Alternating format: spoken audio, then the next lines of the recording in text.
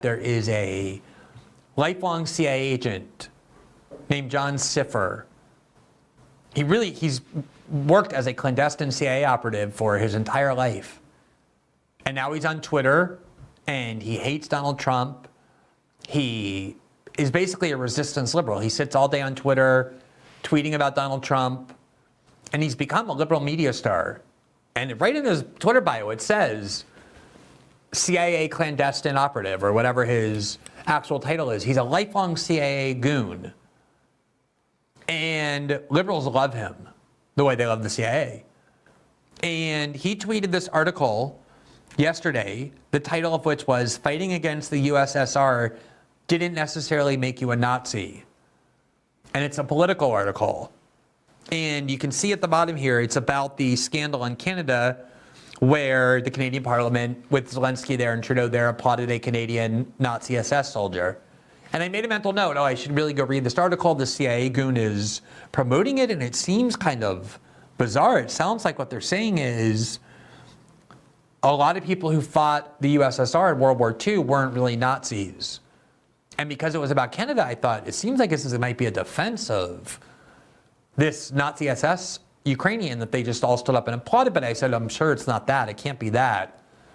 And then I started seeing people talking about it and saying that what it was a defense of the Nazi SS, saying that the Nazi SS wasn't really that bad. A lot of them just wanted to fight against Soviet communism. And then I went and read the article, and it really is that. It is a defense of the SS, the Nazi SS, and people like this person in Canada who just got applauded.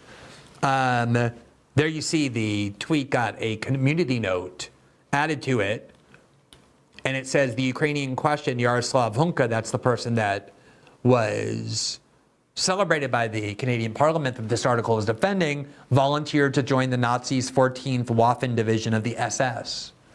And it cites a forward article, and all kinds of Jewish groups and Nazi hunting groups said that this unit that this guy joined was a pure vintage Nazi unit. But because this is so important to Ukraine to be able to praise the Azov battalion and to justify feeding weapons to a country that has all kinds of officials that worship Stepan Bandera, an actual Nazi collaborator, we are now starting to see, and we will continue to see, apology for Nazism. Oh, maybe Nazism isn't really that bad. Let me just show you the article first, because I know if I were you, I'd be like, oh, you must be exaggerating. There's no way a media outlet, Politico, would actually publish an article saying that the Nazi SS isn't really that bad. Here is the Politico article. It's by, we'll get you the author's name in a second. Actually, here it is. It's Keir Giles. And he says he is a striving to drive forward progressive devoted to social change. So he's apparently claiming he's someone devoted to progressive social change.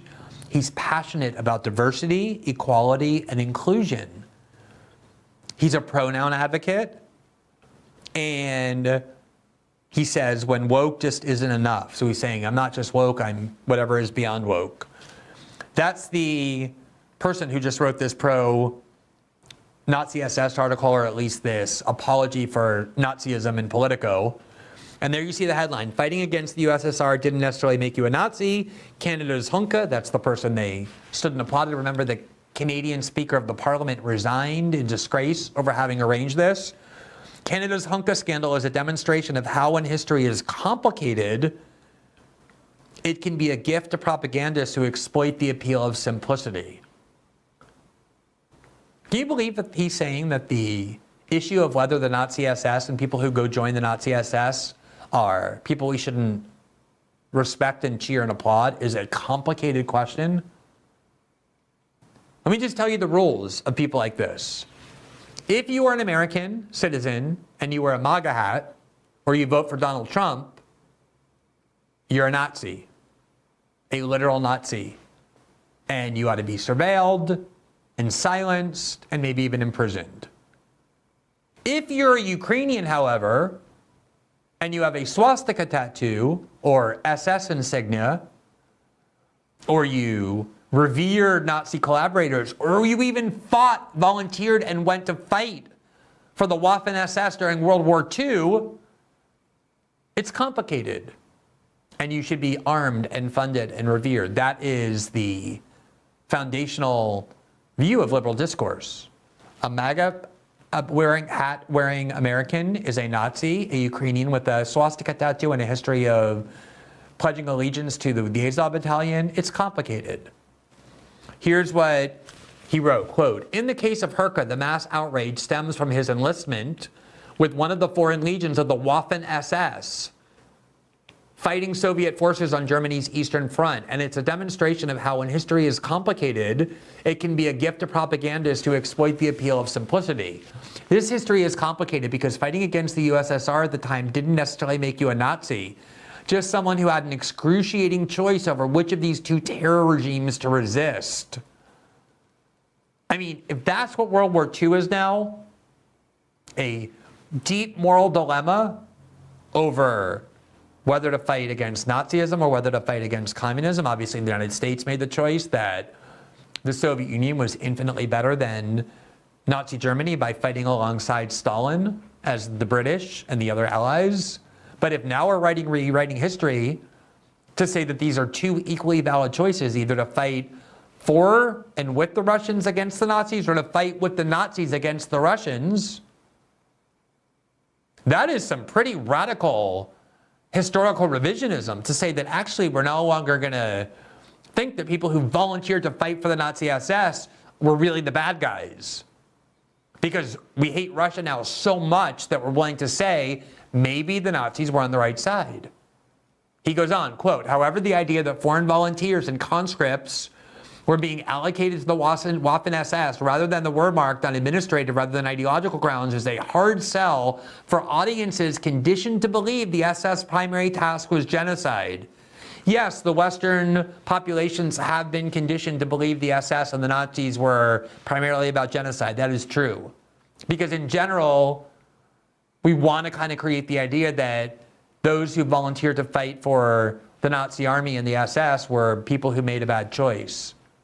But he's here to, in his love of diversity and inclusion and equity, argue that the Nazis and their perspective should be honored." He goes on, quote, "And simplistic narratives or simple narratives like, quote, everybody in the SS was guilty of war crimes are much more pervasive because they're much simpler to grasp. Russia feels comfortable shouting about Nazis, real or imaginary, in Ukraine or elsewhere because unlike Nazi Germany, leaders and soldiers of the Soviet Union were never put on trial for their war crimes. Russia clings to the Nuremberg trials as a benchmark of legitimacy because as a victorious power, it was never subjected to the same reckoning." I just am amazed that this article got published on the one hand. Remember when Trump said, as part of the Charlottesville protest, oh, there's good people on both sides, and everybody was so horrified by that? That's what this article is saying. There are good people on both sides of World War II. And just because someone went and volunteered for the Nazi SS, especially if the Ukrainians, doesn't make them a bad person. Now, as I said, we were a little bit late. There have been a couple people who have done great jobs writing about this. One of them is Caitlin Johnston. So I just want to read a little bit of what she said about this article. It's entitled, "When Even the Nazis Aren't Nazis." And she wrote, quote, "Last year, liberals were calling their political opponents Nazis and comparing Putin to Hitler. This year, they're defending Nazis and saying you can't hate someone just because he swore allegiance to Hitler. For generations, the US empire has been manufacturing a cultural obsession with the Second World War in order to frame all subsequent wars as, quote, good guys versus Hitler guys. Then the millisecond that framework becomes inconvenient, it's actually the Nazis weren't all that bad if you think about it." And that's exactly what is being done here. This has been what's being done since the beginning of the war in Ukraine. Remember, the Azov battalion was on the official list that Facebook maintained of hate groups you are not allowed to praise. If you praise them, you would be kicked off the platform. The minute that war began, Facebook exempted the Azov battalion and said, actually, you're now allowed to praise it. In other words, this group that until 3 seconds ago was a Nazi group and a hate group that you're not allowed to praise, they're good to go. And over, people when in the West who, when they went to venerate Ukraine or herald Ukraine, ended up praising Nazis, which is what happened in Canada. It's not because the majority of people in Ukraine are Nazis. They're not. It's because there is a faction in Ukraine, particularly the people who are doing most of the fighting, who continue to maintain an allegiance to the collaborators of the Nazi regime and even to Nazi ideology. And instead of having that conversation about the presence of Nazism in Ukraine the way we did right before the war, when war propaganda starts, the truth dies. And we are now at the point in the name of the war in Ukraine of reading articles saying that actually there were two sides in World War II, and just because somebody went and fought for the Nazi SS doesn't mean they're a bad person. That is the way in which this war in Ukraine is engulfing everything. And the fact that we are now at the point where we're getting Nazi apology from mainstream outlets like Politico reveals just how warped and deranged this war has made the West.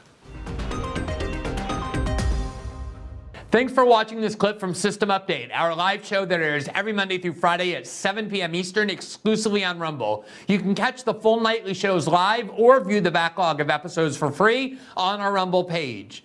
You can also find full episodes the morning after they air across all major podcasting platforms, including Spotify and Apple. All the information you need is linked below. We hope to see you there.